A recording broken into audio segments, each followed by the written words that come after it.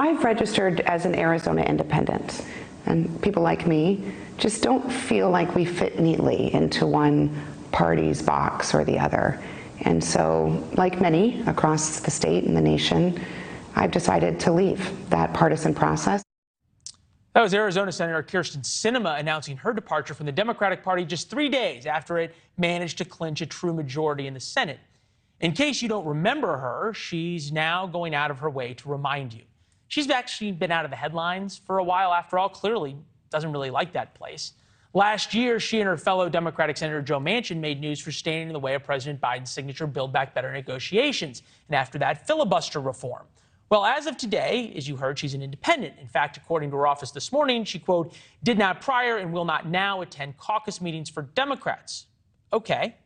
On this show, we like to admit when we're wrong or unfair, and for the past year, we've been talking pretty consistently about how Joe Manchin has been blocking multiple pieces of President Biden's agenda. We've portrayed him, as you see here, something of a grim reaper, or more seasonally, the Christmas Carol's ghost of Christmas future. We even said ahead of this week's Senate runoff in Georgia that if Republican Herschel Walker won, giving Republicans 50 seats, Manchin could be the future of the Democratic Party. He'd be the kingpin, the guy calling all the shots. He's rumored to possibly be running for president in 2024. But Walker didn't win. Raphael Warnock did. Democrats gained a true majority in the chamber up until today. Why now? After more than a year of standing up against her own party, has Kyrsten Sinema decided to take a baby step farther to the center, but not actually abandon Democrats, because she'll still vote with them, still give them the majority so they can still have committees.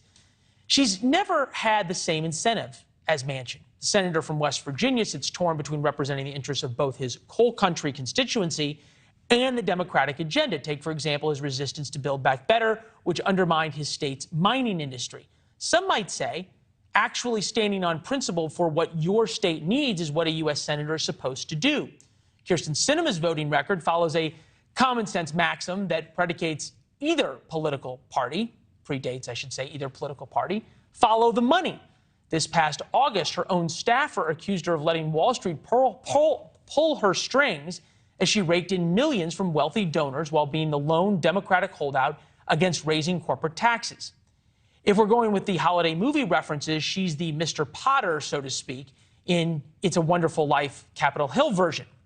But this morning, Seth MacFarlane, the comedian behind Family Guy, had a more direct rationale for Sinema's decision and honestly said what we were all probably thinking.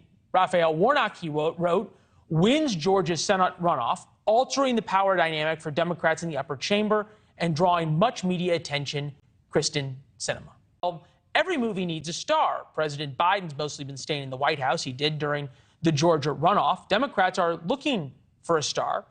Kyrsten Sinema saw an opening and hopes she's the new star. Of course, that didn't stop the other networks from giving her gas money for her ego road trip. It went on. The surprise shakeup in the today. Senate. Democrats are now down one member. 51-49. It actually is a critical difference. It doesn't make much sense to me. It seems like she's sort of snatching defeat from the jaws of victory. An absolute bombshell this morning.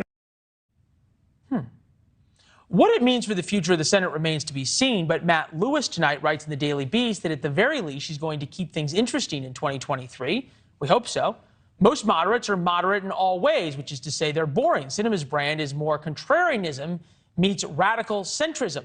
Sinema is a flamboyant rogue. She is, to use the phrase of admirers of the late Senator John McCain, a maverick.